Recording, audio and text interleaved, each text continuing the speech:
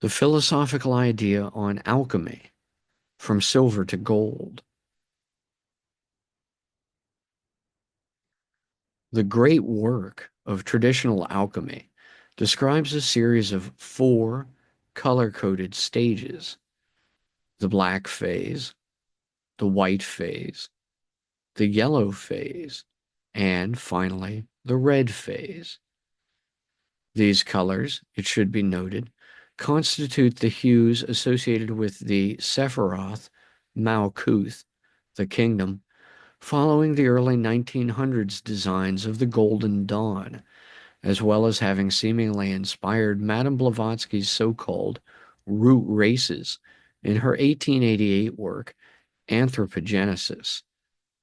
Despite these dubious later associations, the great work itself had been studied by Paracelsus, 1493 until 1541, who'd conceptualized creating a genetic homunculus using only the rudimentary chemistry knowledge of his era, and Heinrich Cornelius Agrippa, 1486 until 1535, who'd identified six different phases in the alchemical transformative process as a result of pairing each of the four terrestrial elements to every other once, and then subtracting all the pairs containing the same element twice. By the era of Dr. John Dee, 1527 until 1609, who'd integrated elements of alchemy, such as finding buried treasure, into his Enochian works, likely on the suggestion of his cohort and scryer Edward Kelley, a renowned con man and failed alchemist himself. The general interest in and understanding of alchemy had already begun to fade. Nevertheless, the resurgence by Dee's fellow Rosicrucian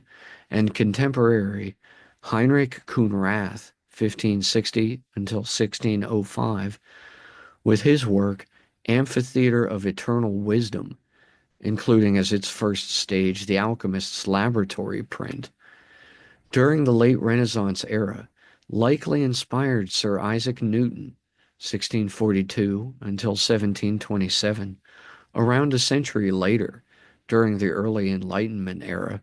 to preside over what, by 1660, had come to be called the Royal Society,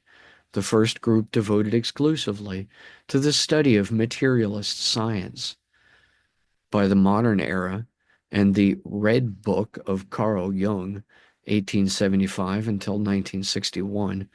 the great work of alchemy has been interpreted as purely psychological symbolisms.